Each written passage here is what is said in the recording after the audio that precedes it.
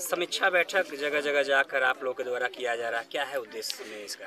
देखिए सुहेलदेव भारतीय समाज पार्टी संगठन पर विश्वास करती है और संगठन पर विश्वास करके ही हम बूथ स्तर पर उतर करके संगठन की समीक्षा ले रहे हैं। ग्रामीण स्तरों में जो वो जातियां हैं जो पिछड़े, दलित, अल्पसंख्यक या फिर सामान्य वर्ग में जो पिछड़े हुए लोग हैं, ऐसे लोगों को एकत्रित करके उनको संगठन में जोड़ा जा रहा है।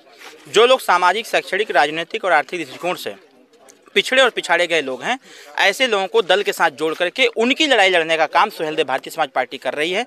और उसी उद्देश्य को लेकर के हम सभी लोग ग्रामीण स्तर पर उतर करके सेक्टर और बूथ की समीक्षा ले रहे हैं। इसके साथ साथ जो एनडीए में जब से हम लोग शामिल हुए हैं, एनडीए का एक लक्ष्य रखा गया है कि उत्तर प्रदेश में 80 की 80 सीट जीतने का। तो 80 सीट हम तभी जीत पाएंगे जब हम ग्रामीण स्तर पर संगठन अपना मजबूत रखेंगे, बूथ का संगठन मजबूत रखेंगे, सेक्टर का संगठन मजबूत रखेंगे, ब्लॉक और विधानसभा का संगठन मजबूत रखेंगे, युवा मोर्चा का संगठन मजबूत रहेगा, महिला मोर्चा का संगठन मजबूत रहेगा, तभी हम किसी लड़ाई को जीत सकते हैं।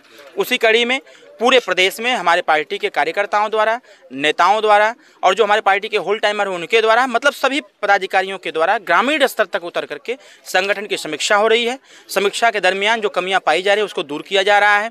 जो नए लोग जुड़ रहे हैं उनको भी सदस्यता दिला करके पार्टी के उचित पदों पर रख करके उनसे भी काम कराने की व्यवस्था की जा रही है। इन सारे मुद्दों को लेकर के हम सभी लोग ग्रामीण स्तर तक जा करके काम करने का कार्य कर रहे हैं। घोसी चुनाव में सुहेलदेव का जादू नहीं चल पाया? नहीं, घोसी चुनाव में सुहेलदेव भारतीय समाज पार्टी का जादू खूब चला था। शायद उसको लोग देख नहीं पा रहे हैं, क्योंकि जो प्रोपेगेंडा उड़ाया जा रहा है ये विपक्षियों द्वारा उड़ाया जा रहा है। उड़ाने के पीछे कारण भी ये है कि विपक्षी इस चीज़ को भली भांति समझ गया है कि लाख ताकत लगा लीजिए, जो राजभर मतदाता सुहेलदेव भारतीय समाज पार्टी के साथ है वो सुहेलदेव भारतीय समाज पार्टी को छोड़ के कहीं जाने वाले नहीं हैं।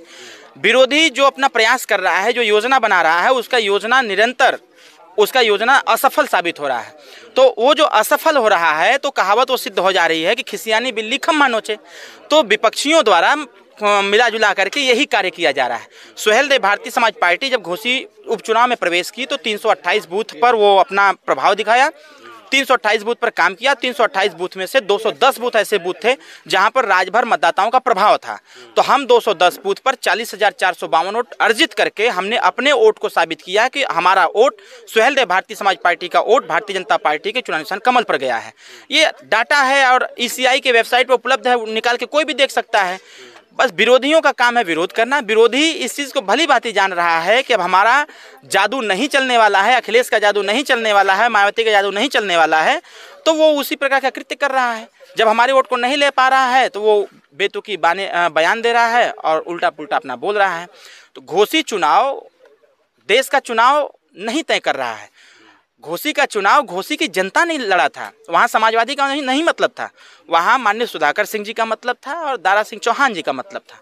जनता बदलाव के मूड में थी, जनता ने बदलाव कर दिया।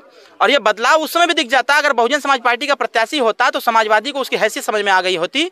लेकिन मायावती जी उपचुनाव नहीं लड़ती हैं, उन्होंने उपचुनाव नहीं लड़ाया और उन्होंने चुनाव नहीं लड़ाया। अंतोगत्वा स्थिति ऐसी हो गई कि धन बल और उन प्रलोभन का प्रयोग करते हुए समाजवादी पार्टी के लोगों ने जीत हासिल किया है।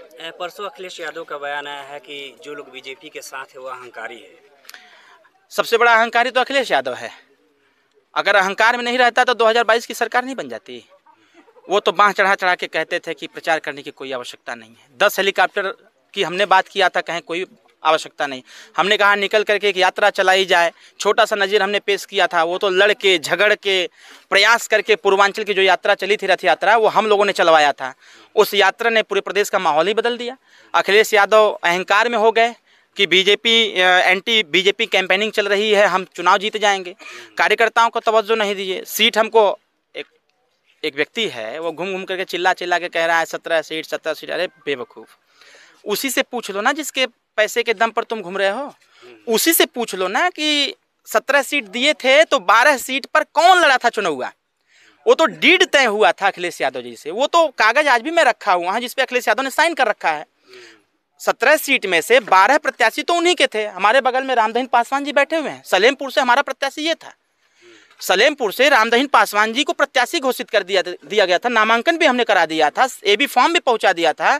लेकिन अखिलेश यादव इतना घमंड में हो गए थे कि उन्होंने कह करके इतना फोन पे फोन तमाम तरह के दबाव बना करके वहां से हमारे प्रत्याशी का पर्चा हटवा करके अपने प्रत्याशी का दे दिया। उसी से पूछ लो अखिलेश यादव जी से।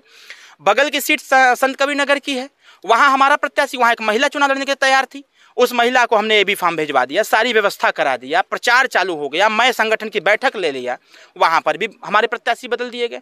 महाराजगंज की सीट जो थी, उस सीट पर तो जो व्यक्ति 17 सीट की चिल्ला रहा है, उस सीट पर उस व्यक्ति ने ही प्रत्याशी बदल दिया था।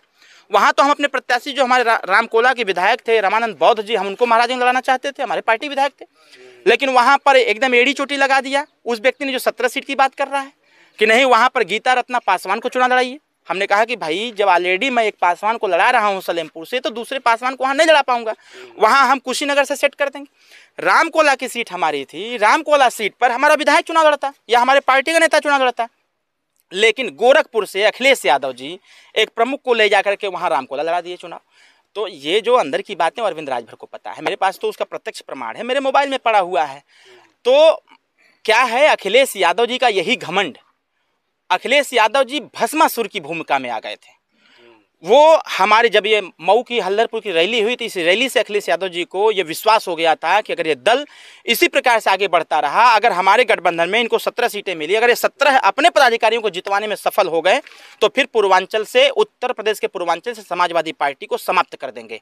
ये इस योजना में थे और हम साफ दिल के लोग, हम उस योजना में थे कि अखिलेश यादव को मुख्यमंत्री बनाना है, लेकिन अखिलेश यादव जी ने उल्टा दाव चल दिया और 17 सीट में से 12 प्रत्याशी अपने दे दिए, बाकी जो कुछ बचे वो हमारे पार्टी के लोग लड़े।